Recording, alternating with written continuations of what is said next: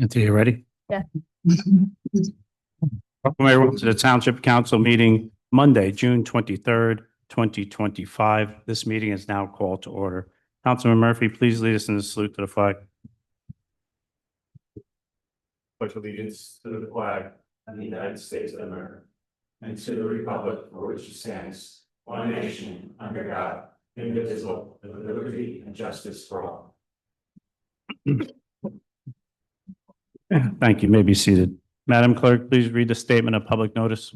Take notice that adequate notice of this meeting has been provided in accordance with NJSA 10:4-8 and NJSA 10:4-10 as follows. A notice of the meeting was prominently posted on the bulletin board at the municipal building located at 225 Main Street, Little Falls, New Jersey on January 7th, 2025. A copy of the notice was sent to the North Jersey Herald and News and the Record on the same date. Additionally, a copy of the notice was filed in the office of the Township Clerk on said date. A link and a telephone number to join the meeting virtually can be accessed on the Township website at littlefallsnewjersey.gov.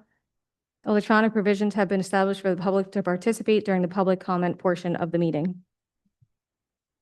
Thank you. Please, Madam Clerk, at this time, please call the roll. Councilmember Patel? Present. Councilmember Murphy? Present. Councilmember Havlet? Present. Councilmember Vanchery? Council President Scoba. President, if there's no objections, we'll take the regular meeting of May 19th and the meeting of June 4th. Have a motion to approve those meetings? Moved by Councilman Murphy, second by Councilwoman Patel. Madam Clerk, please call the roll for the meeting of May 19th and June 4th minutes. Councilmember Patel? Yes. Councilmember Murphy? Yes. Councilmember Havlet? Yes. Council President Scoba. Yes, at this time, our CFO is with us. He's going to talk about the corrective action. Good evening, everyone. The law requires me to appear before the Township Committee to explain the audit comments. The audit itself will be released probably within a week. The reason I'm here this evening is I will be away in July during your meeting, so to basically conform to the law, I'm appearing this evening before you. The audit itself is complete. The comments are numerous, which is bad. But the good thing is many, if not all of these comments today are extinguished. They're done. We are in compliance. And you'll see various resolutions this evening, which are being done because the audit itself in 2024 picked up the RFQs that were missing some data. Your borough clerk, township clerk, and myself, and the administrator have fixed those resolutions to comply to the law, and that's under the pay-to-play regulations. I'm not going to go through every single one. I'm going to highlight the ones that I think needed to be corrected right away. And these are as follows. There were some ordinances that were 5 years or greater. We're going to be funding those next year. There were some deficits, not major, but there were some deficits. The goods and services were being ordered prior to the encumbrance. We've fixed most of that. That's the #1 comment in New Jersey, just so everyone understands. It's kind of difficult to comply, but it is law. We're doing our best. All the payroll payments have to be done by purchase order. We've corrected that. Let's see, there was a bond ordinance that had to be re-advertised. We did that as well. That's been corrected. Outstanding checks that are old, we call them stale dated. You'll see a resolution coming before you. We'll take those off the records as well.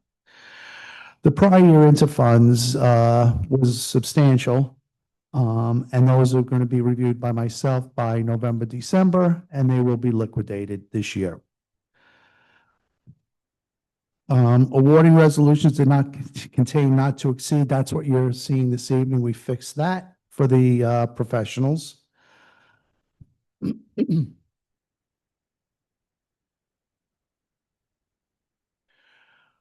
Let's see. We had a duplicate payment in the unemployment compensation fund. We already received that credit last month. Formal bids were not solicited for the purchase of wreaths for the streetscape, which exceeded the bid threshold. We're now tightening up our belts on all of the purchases, and I think we're in pretty good shape there. Certification availability of funds, you'll see that for the professional service contracts. Resolutions are before you this evening. I mentioned that 3 separate times because that's 3 separate audit comments, all extinguished tonight.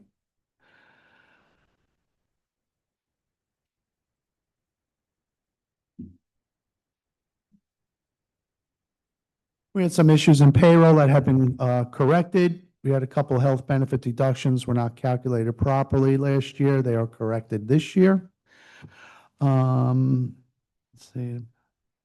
We fixed the approval of the salary ordinance. That's been corrected. Outside duties where the police work outside, that's now been corrected as well. And the amounts for the township library health benefit deductions were not accurate. They have been corrected as well. The tax assessor erroneously billed the property for added assessment that was not approved nor required. As a result, the property owner was charged interest on an inaccurate delinquent balance. Your tax collector that you have before you now is fantastic. She is cleaning up every block and lot she can get her hands on that's been neglected for quite some time. That's being corrected as we speak.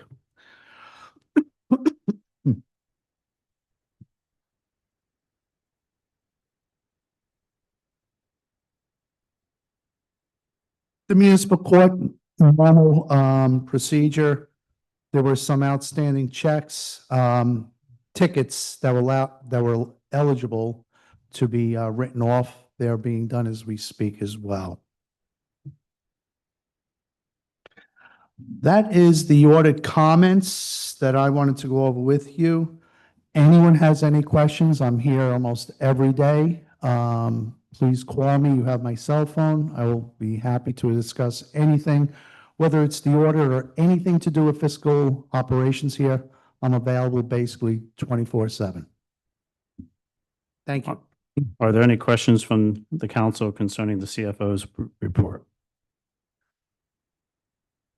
Thank you for joining us this evening. Thank you. We'll move on to council reports. Councilwoman Patel. Thank you, Council President. Just a few quick things. This Wednesday, June 25th at 10:30 at the Little Falls Civic Center, we are hosting a free cybersecurity presentation. It's just to educate the residents on security measures and a lot of the scams that have been going on, so our residents don't fall victim to those. If you have any questions, you can contact me or you can contact Kim Finkler at the Clifton Health Department. The Clifton Health Department is also partnering with Rutgers University to host a free cooking class in honor of Men's Health Month. That's going to be on Friday, June 27th. It's from 3:30 to 5:30 at Anzaldi Park Fieldhouse, which is located at 38 John Samara Way in Clifton. And the next Public Health Committee meeting is going to take place on Wednesday, July 9th at 6:30, and that's right here in Town Hall. That's all, Council President. Thank you. Councilwoman Havelitz, the floor is yours. Thank you, Council President. I just have a few library updates. Last Friday, I was able to attend the library's summer solstice party to celebrate the opening of their community gardens and sensory gardens. Everything looks great. They're growing all kinds of fruit and basil and plants. It's just great.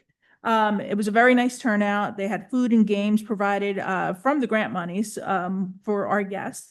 A big thank you to Ann Kawadi, board president, for her work in getting that grant, to all the board of trustees that attended, and to the entire library staff for all that they did. It was a great event. The summer reading kickoff carnival will take place this Saturday at 11 a.m. It was postponed from 2 weeks ago.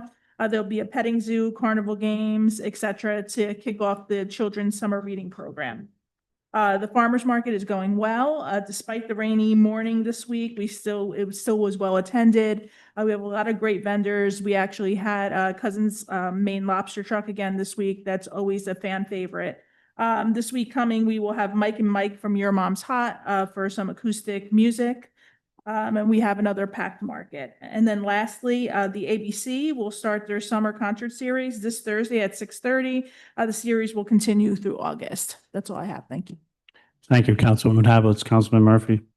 Thank you, Council President. June 12th, the Domestic Violence Awareness Committee had their presentation at Passaic Valley High School. went over really, really well with the senior class. It actually worked out perfectly because their prom was that night. So it actually, the presentation seemed to go hand in hand with a lot of what they were going to be dealing with later on. And just worked out so well that actually even the superintendent and principal actually said they want us to come in next year for the sophomore class and the junior class and do a bunch of smaller presentations along with the prosecutor's office. So it was really, really good to see them want to expand the program. Hopefully we can keep growing it. So just want to thank them as well as the prosecutor's office for coming out and putting that all together. Still no movement on what's happening with the Passaic County Center for DV and SV. That is still at this time shut down. I did get some news that they may be able to put a third party in there to at least handle some of the responsibilities that they were handling, but really no updates on that just yet. Keep everybody updated as I move along with that. But that's all I have, Council President. Thank you. Thank you, Councilman Murphy. Counselor Wenzel, do you have anything for the governing body tonight? You do have a resolution on tonight with regard to acceptance of the housing plan Right. that was before the, if you want to talk about it. that We'll wait till we get to the resolutions because I'm going to ask you to speak on some Okay. other resolutions. Councilman. That's fine.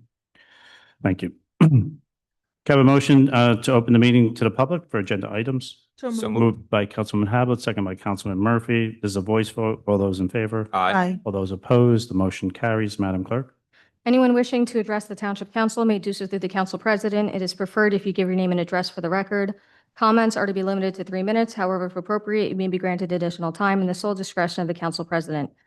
Members of the public who have joined the meeting virtually and desire to provide comment shall raise their virtual hand in the Zoom application.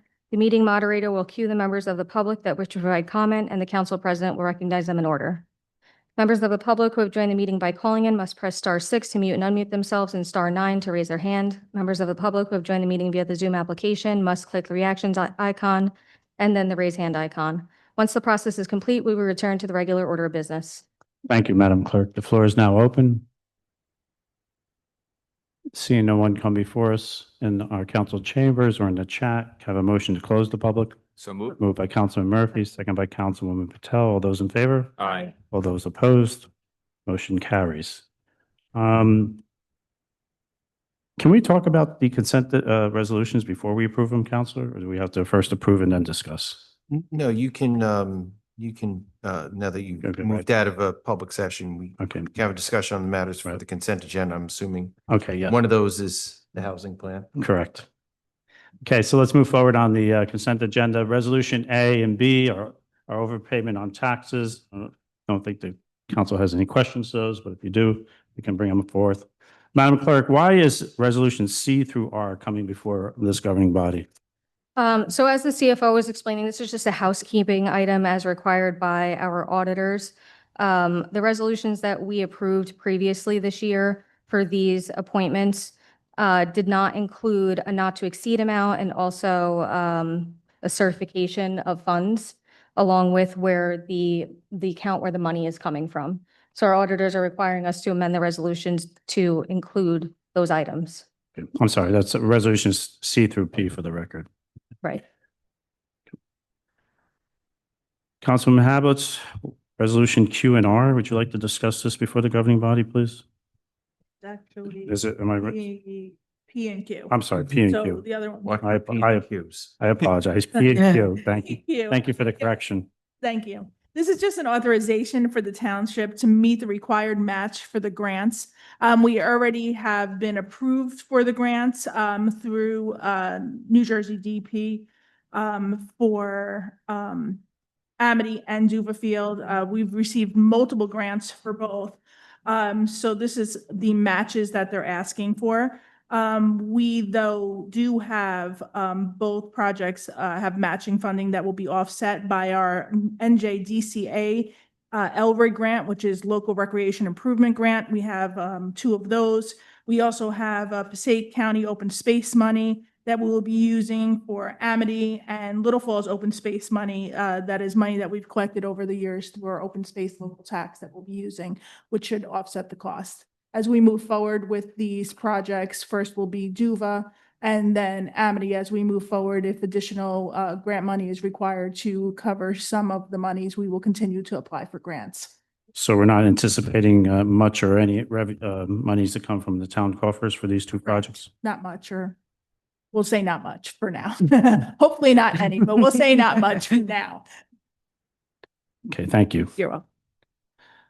The next resolution, does anyone have issues with getting uniforms from the co-op of Morris County? The preliminary retail consumption licenses, does anyone have any issues with those? Counselor, the resolution for fair and the fourth round, would you like to discuss that? And then also talk about maybe the lawsuit, because I read some information about that as well. Okay, so this is step two of, in essence, three large steps with regard to this round of affordable housing that all the communities in the state have to comply with. If you remember back in January, you approved a resolution which set down the township's position with regard to its affordable housing obligation. The DCA back in October of 2024 issued their numbers for the whole state of New Jersey and then told the local communities that they were free to accept those or to pass a resolution accepting them or to pass a resolution not challenging them, but suggesting that those numbers are not entirely accurate. John Barry, our township planner, undertook that task and by virtue of his review, reduced that number. And then we then passed that resolution that then activated us to go through what was known as the program, which was basically an alternative dispute resolution program through the state of New Jersey, where if a town did not accept the DCA numbers, interested parties could challenge towns on that. In our case, we had the Builders Association challenge it, and without much proof as to their position. And on our side, we had a ton of proof as to our position, the program, and I can't believe I'm actually saying this on the record, but Judge Brogan agreed with me on something. 25 years, I'm eventually going to get him to agree with me on something. But he did agree with us and sent that over to Judge Del Sardo as presiding civil judge to approve our final numbers. Now, those numbers are then subject to a housing plan, which is what Mr. Barry then undertook on behalf of the town. This is the more involved process of doing what's known as a vacant land adjustment, and that then sets forth possible areas of town that would be subject to potential development in the future. Now, you sit on this council, you live in town. I think the members of this council are abundantly familiar at the fact that this is 2025 and not 1925. There are no vast fields of farms or undeveloped land in town. There's very few undeveloped parcels of land. And so because of that, the numbers were significantly reduced once again in the areas where there's potential development were identified to the extent that those areas are either substandard industrial areas, obviously for redevelopment purposes as opposed to new development. So that housing plan, it was then sent over to the planning board. Planning board reviewed it, approved it, and now that it comes over to you to put your stamp of approval onto it.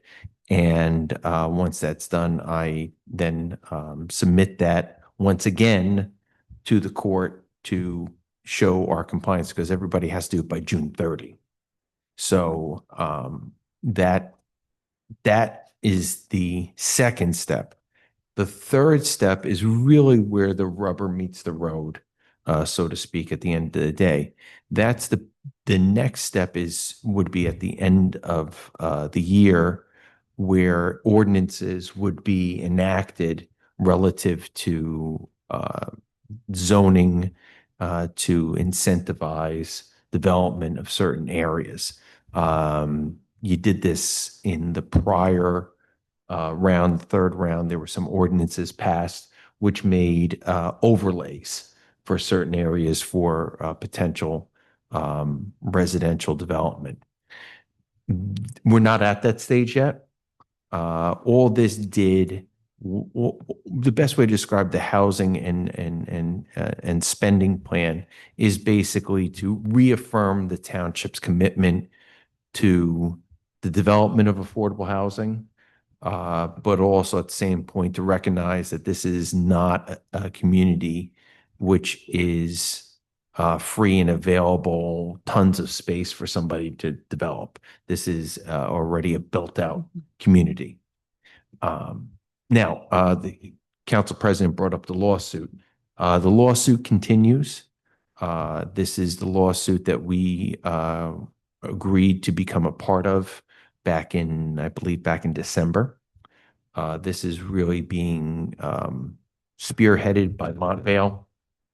And I have to tell you that the work that Mike Collins is doing on behalf of this group is amazing. They are going down every single avenue. They are leaving nothing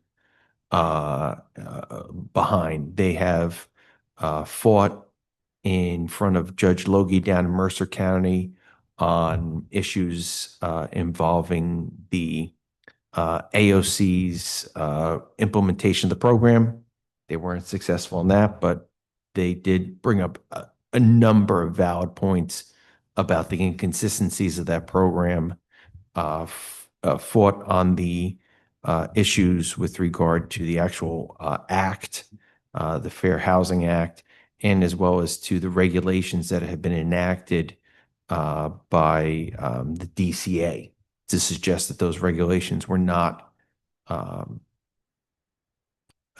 enacted in the appropriate manner. And we have been overall very difficult to succeed. We've managed to get most recently a couple of stays, and I think what's happened is now that we've gone into federal court, that the potential of a federal court injunction is looming out there. I think the state is getting nervous about that because the federal courts, if you've paid attention politically, the federal courts have upended 40, 50 years of ballot design without blinking an eye. That would not have happened in the state court. And I think that the state believes that there is or at least they're concerned what federal court judge could do, because we're bringing up fundamental issues of the fairness of how these rules were enacted and who was involved in them, and whether or not we were enacted in the correct manner. So yes, recently we've made some. I say we. It's all Mike Collins and Matt Mench's office that have been doing this, but they've been keeping us involved. We have meetings, Zoom meetings, every couple of weeks where they keep us up to date. It's frustrating because it's a very simple issue, but it's incredible. The state has made it incredibly complex for these towns to have the opportunity to be heard and to make very valid concerns about how these things are being implemented. So the real game here at the end of the day, we always thought that the January 30th date was too soon to really get anything done. It was too fast, and it really nobody was being overly harmed by agreeing or disagreeing with the DCA numbers. And even the enactment of the housing plan, you're getting a little bit more detailed into a town's obligation to provide affordable housing and what those numbers are, but it's not as if it's the end of the process. really where this comes down to is whether or not in the next couple months, if there's some order that's going to come out with regard to the enactment of these ordinances. Because the ordinances are, in essence, what gives developers the green light to proceed. Right now, there is no, you have your ordinances from the third round, but you don't have any ordinances now for the fourth round. So that's what is pending at this point. So I think if you were to ask me, is the town getting their money's worth? I would say absolutely. I'm not just saying that as a fellow member of the bar, but I am saying that that this litigation group has been working very, very hard and have been really probably doing way more work than they should. And I mean that in the sense that, once again, this is a very basic issue, or whether it's appropriate for the state to tell the town to do this, and whether or not the process that was chosen was fair. And the state has obfuscated and delayed, and some of these orders are, quite frankly, 40 pages long. And, even for me, getting through them is difficult because the logic is somewhat tortured. But if you were to ask me, is the money well spent? The money is well spent. And I think there is a real potential here that there could be an order at some point which doesn't remove the township's obligation, which I don't think was ever the goal. I think it just gives the township, I think at some point there's going to be, my hope is there's going to be some type of order by a court that gives the township a little bit more authority and not have to be so beholden to the oversight and the edicts of the DCA. Counselor, if you did mention this, was the recent ruling, both sides were claiming victory? Can you talk about that for a moment?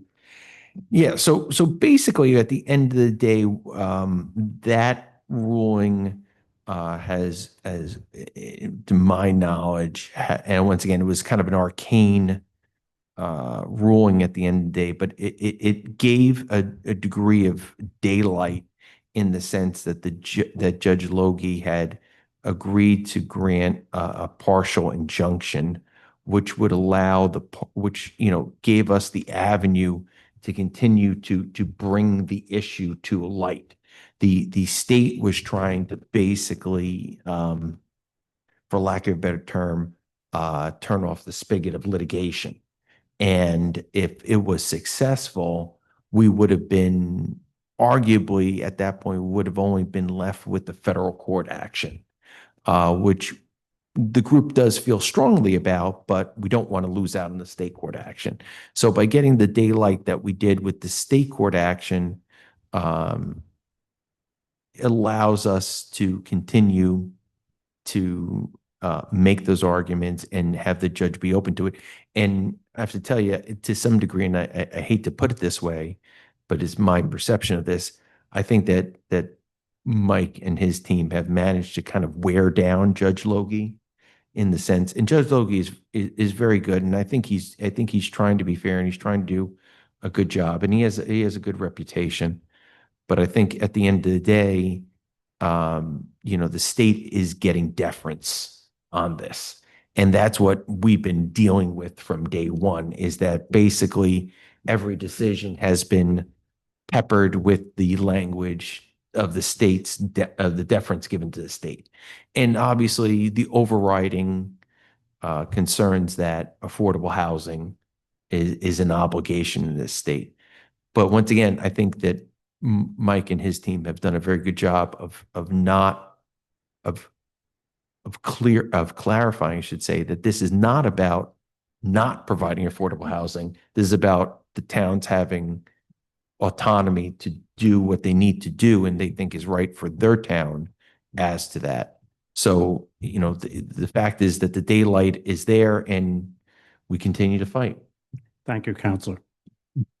So resolution authorizing and directing the planning board and the township of Little Falls to undertake a preliminary investigation to determine whether the property on Rose Street known as Block 194, lots 5 and 5.01 and Block 193, et cetera, for local redevelopment and housing law. So this comes before us to take a look at the Rose Street property and hand it off to the planner if the council so wishes to look at opportunities that land can be provided for. That's currently, council, if I'm not mistaken, in the B1 zone, that's in a business zone.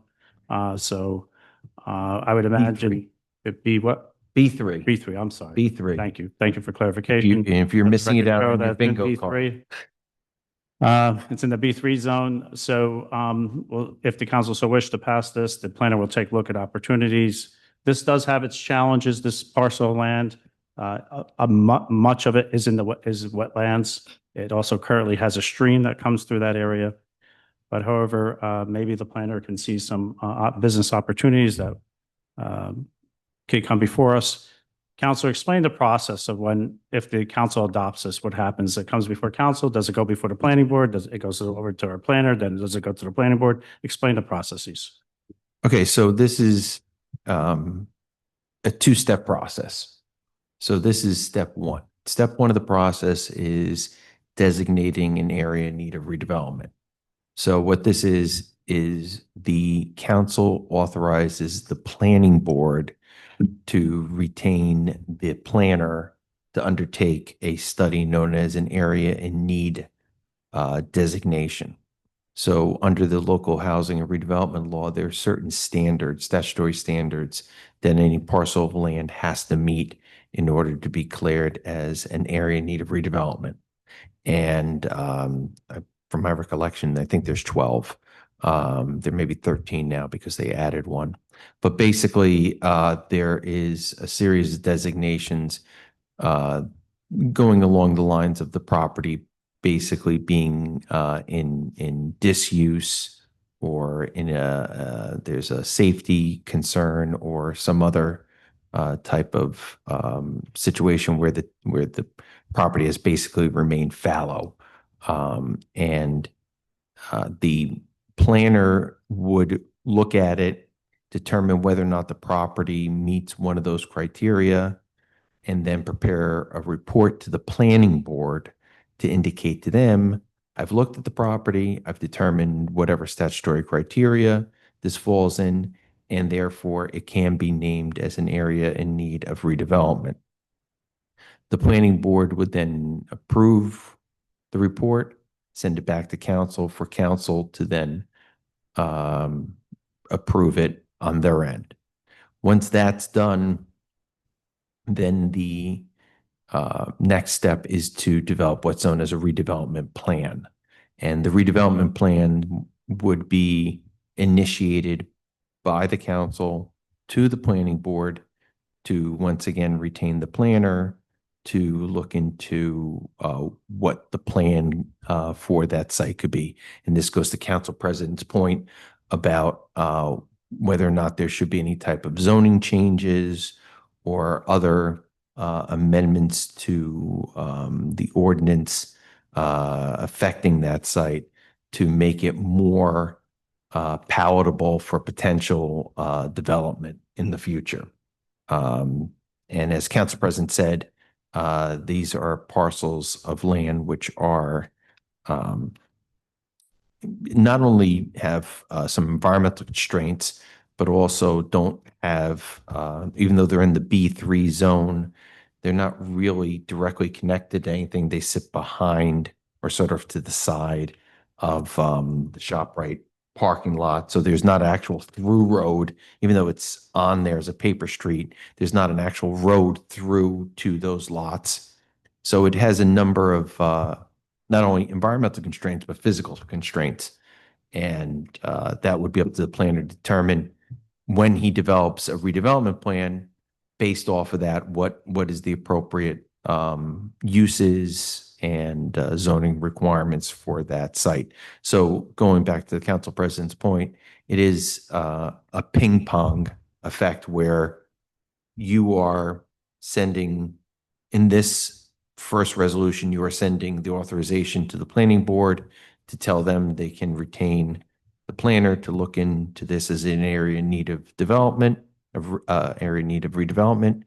And then when that comes back, then you would send it back once again to the planning board to get them to have the planner develop a redevelopment plan. And then once the redevelopment plan is in place, then decisions can be made by the council as to what it wants to do with that parcel at that point. But those first two boxes have to be checked. Are there any questions or comments from the council regarding the resolution concerning Rose Street, which is Resolution U? Just a clarification. Councilwoman Patel? Thank you, Council President. So if there was going to be any modification to the zoning of that land, that would be in step 2, right? The redevelopment plan, and then it would come before council. So for example, if they wanted to turn it into a residential building, I mean, right, it would come before council before it goes back to the planning. 100%. There would be the redevelopment plan is enacted like an ordinance. Okay. So there would be the usual and customary 2 readings. It would be before the council. Any changes that the redevelopment plan was seeking to the redevelopment plan, in essence, some redevelopment plans say do it as an overlay. Some redevelopment plans say change the entire zoning. But that is enacted by the council. The planning board's role in all of this is best to be described as recommendations. So the planning board gets the report, and the planning board hears the comments by the planner, and they may say, oh, well, we think that your determination about the potential uses, we think it should include use X, or we think it should have, instead of that level of density, we think it should have this level of density. Those recommendations are recommendations. That comes to you with the report, with the recommendations, for then you to determine whether or not you wish to approve the redevelopment plan, or to say to the planner, well, we have these recommendations. We would like you to incorporate them into the plan. Thank you. Answer your question, Councilwoman? Yes. Are there any other questions concerning Resolution U? We'll move forward. Resolution V, this is always interesting when we have checks that are not cash by our vendors or et cetera, that are just floating around, but this is to take these checks off the books. Is that correct? Vince? Is there any questions with Resolution V? Resolution W, repair of our Woodcliff pump station. I've seen some proposals on this pump station in the past. This is going to be coming up, I think, in the near future. I don't know where the mayor stands with the capital improvements, but this pump station definitely could use quite a lot of work. I think I've seen proposals going from $800,000 to $1 million to bring this where it should be. Are there any questions concerning Resolution W? Resolution X, soft costs concerning the streetscapes from Main to Walnut Street. Are there any questions concerning X? I have one on this. If staff could answer, why are soft costs not figured in the actual bond ordinance? That's something we're going to move forward to.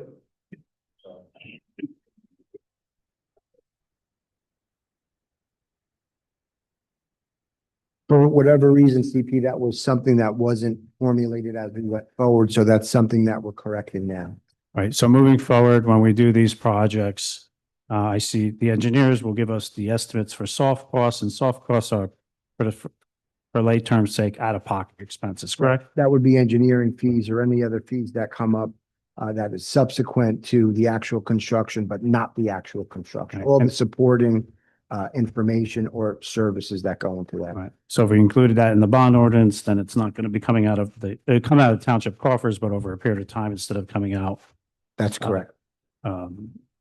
let's say at need when we get the bills for it. Correct. Any questions concerning the resolution X? Resolution Y is the bill list. If council does not have no objections, we'll take a motion and a second to approve all the resolutions, which would be from A through Y. Is that correct, Madam Clerk? Yes, this. Can I have a motion for resolutions A through Y? Sorry, Council President. That would be for the entire consent agenda, including the reports and everything else. Yes, including including the municipal clerk's reports and all the reports and the correspondence, right? Right. So moved. Moved by Councilwoman Patel, second by Councilwoman Havelitz. Please call the roll, Madam Clerk. Councilmember Patel? Yes. Councilmember Murphy? Yes. Councilmember Havlet? Yes. Council President Scoba? Yes. So ordinance number 1521, we're going to pull. This is the right-hand turn on red. Ordinance 1522 and 1523. Counselor, can we talk about these do we need a motion to talk about them now, right? Well, yeah, you should, on the ordinance, you should take a motion, a second, then we can talk about it. Don't take the roll call. Okay. Have a motion to introduce 1522. So moved. Moved by Councilwoman Patel, second by Councilwoman Havelitz. Madam Clerk, call the roll to introduce 1522. Oh, no, don't call the roll. Right, are we calling the roll to, we're not introducing, we're just going to talk about it. We're not calling the roll yet, but I have to read the ordinance. Okay, read the ordinance. What is it? We're removing 1521. Introduction of ordinance number 1522, an ordinance entitled, an ordinance of the Township Council of the Township of Little Falls in the County of Passaic, State of New Jersey, to amend Chapter 147, Peace and Good Order of the Code of the Township of Little Falls with a second reading and public hearing scheduled for July 28th, 2025. Okay, Counselor, now can we talk about this? Yes. Thank you. So this comes before this governing body because we're having issues in our township concerning Airbnbs and investors and who buy homes and start to rent out each bedroom, which is it is legal at this point to do that. That does cause some issues. It causes issues that with parking, and it also causes issues, unfortunately, with the clientele that sometimes these individuals rent to, cause some living standards situations in those neighborhoods. So the governing body is looking to give staff the authority to regulate, I don't know if regulate's the right word, or to regulate the amount of time that you're going to be able to rent to, and also having to take out licenses so we could so we know who the landlords are going to be also having in these homes. So this is what's on the table. So council for discussion. Counselor. So to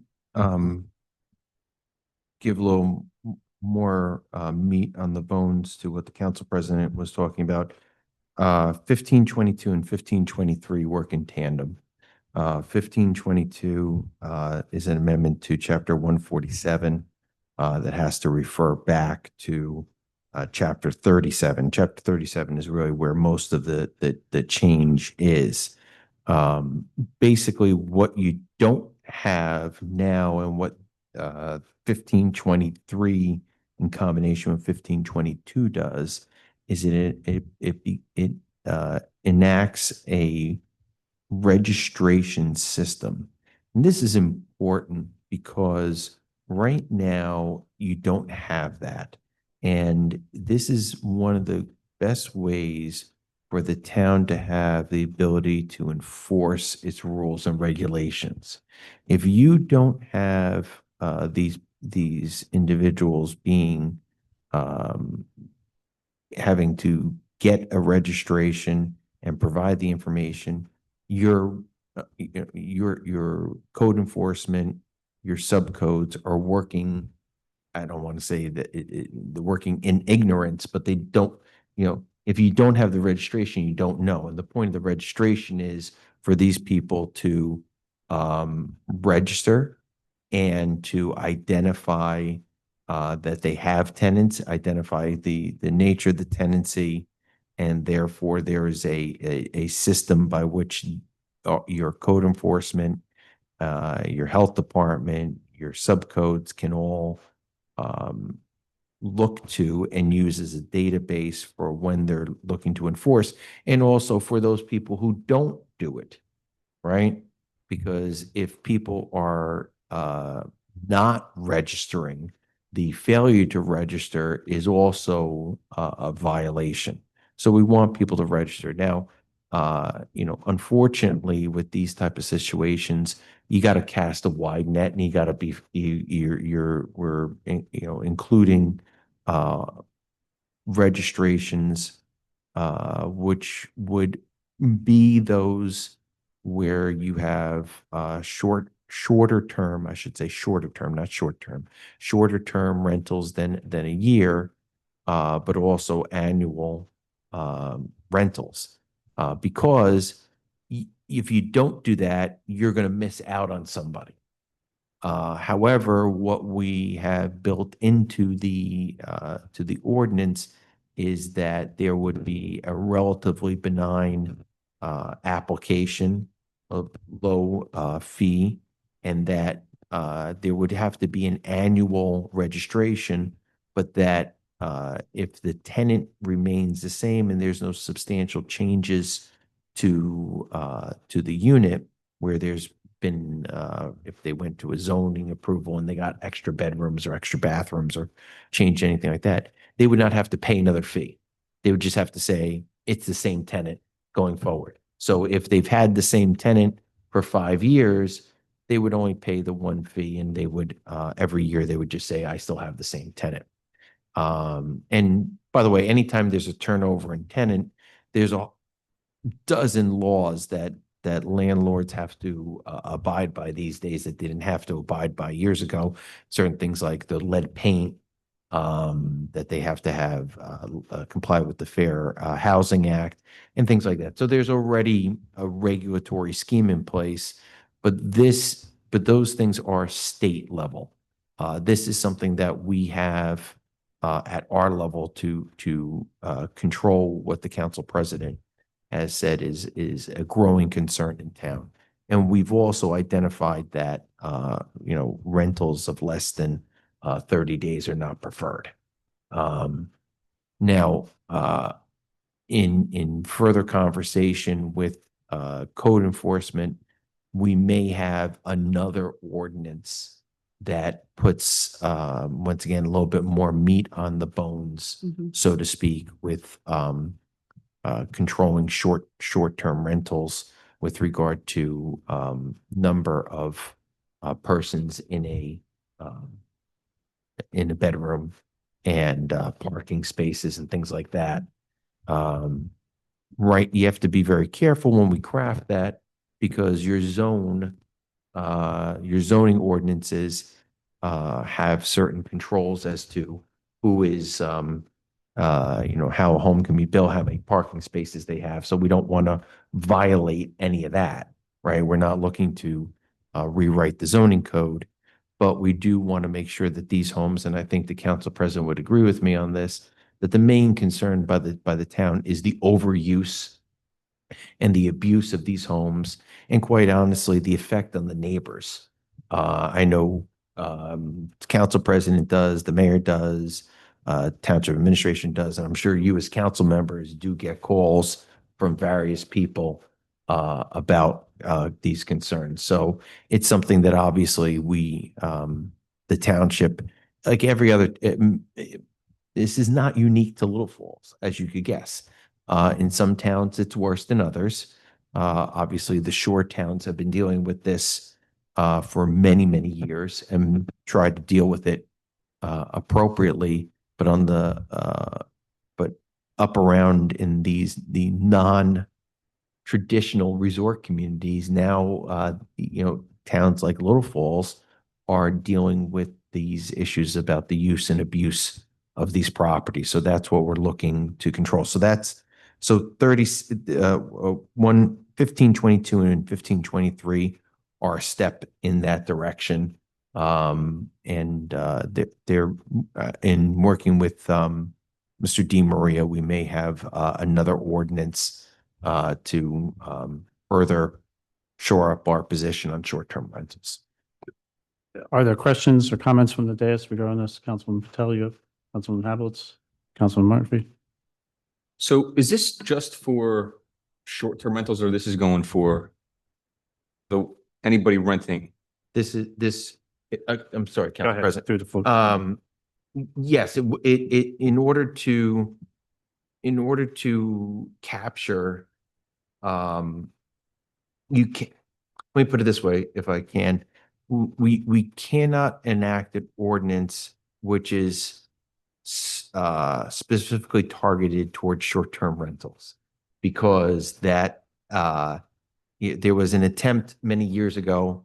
I'm sorry, I always put my back towards Councilman Murphy and he doesn't mind, but and then I got to turn my back over here. But several years ago, there was an attempt by towns to absolutely 100% prohibit anything less than an annual rental.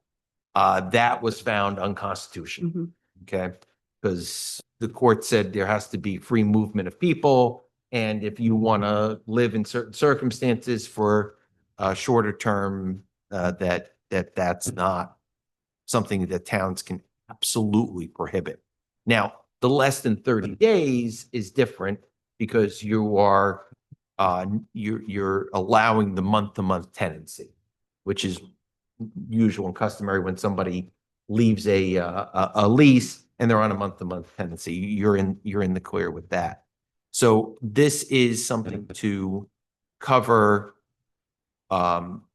those 1 and 2 family homes where there are rentals being undertaken, which are for more than 30 days and annual, nobody does multi-year residential rental. So it would be any of those. And the point is, once again, to try to ensure that all of those are properly registered so that we know that 1313 Mockingbird Lane has a registration for its 2-family home, that those are annual renters, that it's Mr. Jones and Miss Smith. And then when our code enforcement, if there's an issue at that site and we go out to that site and they see that it's not that situation, there are multiple people renting in multiple bedrooms and that it's something other than what's been properly registered. Now they have that ability to take that person to municipal court and enforce it at that level. That's what they don't have right now, because that registration doesn't exist. So the point of the registration is to disincentivize people skirting the rules and doing rentals without the township's knowledge. And like I said before, this would capture all of those individuals who are renting those units, and so that we have a database for that. So the Township of Little Falls, if you own a 4-bedroom home, you could rent out each bedroom in your single-family home. Is that correct? Yes. Is that something that townships cannot prohibit? You Right. you can't, this is where you get into a difficulty with questions of what is a family, because you have a situation where somebody rents it and says, well, this group is my family. There's no, we are prohibited from defining what a family is. So it can be unrelated people. So it makes it very difficult for the township to enforce those issues. And once again, that's one of the reasons why what we can do is we can have these people register so that we know who's there. We know what the level of activity is, and that also, like I said, there is probably going to be another ordinance, which is going to be a little bit more on the short-term rental situation that gives a little bit more clarity as to what can be allowed for that. And does this, you would think of Airbnbs as being located in heavily tourist areas. And it seems the township is starting to have more Airbnbs in this township. Is this going to address that, or this doesn't tackle the Airbnb issue? Well, it does to the extent that it covers all those type of rentals. So that, once again, the person who is, and I think you probably get these concerns that a neighbor says, I saw on, Airbnb, my next door neighbor is putting their house up for the weekend on an Airbnb. That is where this concern is being generated from, and that's why we have once again, going back to the issue, is to prevent these people from doing that. Because of what we're saying about nothing less than 30 days. But secondly, to say, well, if you are gonna rent for this period of time, that you are registering with the town. So that when we have that, we can say, wait a minute, that property is supposed to be, that unit is supposed to be rented to Mr. Jones. So we have that person who is now falsely identified, filed a registration saying, oh, well, Mr. Jones is living there. Well, you've put up on Airbnb or Willow or whatever it is that I want to rent it for the weekend. Well, how can that be? You've falsified your registration. I don't know if that is. So I have a question. So you're kind of describing this as people who rent on a regular basis. So we'll use the upcoming World Cup, for example. I decide that I want to rent my home for the whole month so that people can come and they can go to the World Cup, and I'm going to rent it as an Airbnb. How will that person would have to come to town hall and register with the permit, even though it's technically a single family house that they do not rent on a regular basis? Does that make sense what I'm saying? Correct. Okay. Correct. Because you don't have that now.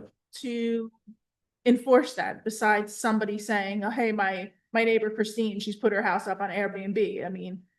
Well, there would be one of the things, if you see in there, there is a ramp up time for the implementation of this ordinance, because it does require a good deal of backroom work by Mr. DiMaria's office and others to be able to put out a notification to, I mean, there is going to be a good deal of ramp up with regard to this. Obviously, it's something that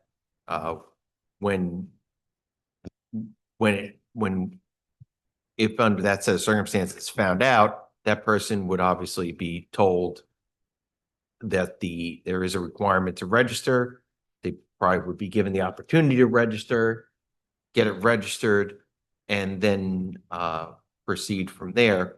But on the flip side, let me say this, if that person has registered and has registered that as a annual rental, and now it's discovered that that person is now subleasing or decided to, there's a couple of extra bedrooms there, come on over. Well, that would be also a violation. So they would, yes, there is going to be a bit of a ramp up to getting people to know that exists, like any ordinance that you enact. Good. Councilman Happels, did that clarify your question? It did. Thank you. So can this governing body limit or prohibit less than 30-day rentals, but you could be able to rent for 6 months? Is that a direction that this governing body can go? Right. That's what the ordinance is at this point. Because if you were to say to me, we want to not allow anybody for more than 30 days, I think there would be a very good argument by any fair housing attorney that month-to-month Right. rentals It's come. are, that's industry common.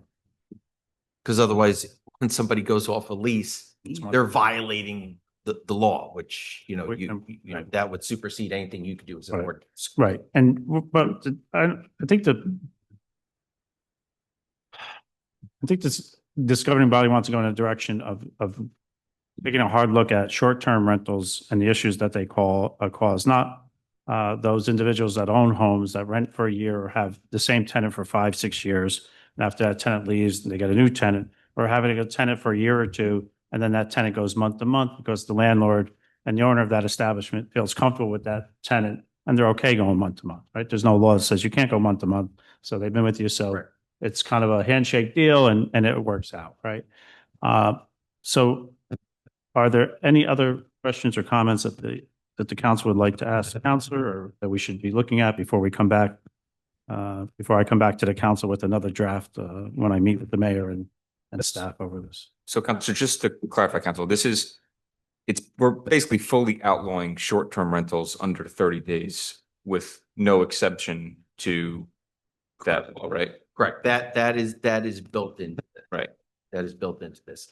The issue that I'm talking about is there is still a concern, I believe, by the community, by the council president, by administration, even those that are on the more than 30 days, but are less than the annual, about whether or not those are being handled by the owner in the correct fashion. Right. And that the properties are not being overused and abused. I think it's very well, the short-term rental, what I'll say, the real short-term rental, the under 30 days is a significant problem, especially in a community that's not a resort community. I like Little Falls very much, but I wouldn't call it a resort community. So, that less than 30 days doesn't really make sense for this type of community. But also, I think that, when you have the 3, 4, 7, 8, 9 month rentals, there's a different level of concern because that person is clearly not intending to stay there for a long period of time. And there's a concern about the overuse and abuse. And I think that that's a different scenario, different problem. That's not only registration, that's also the issue of parking, bedrooms, safety, sanitation, so on and so forth. If you have, I was at college once. Yeah. You have.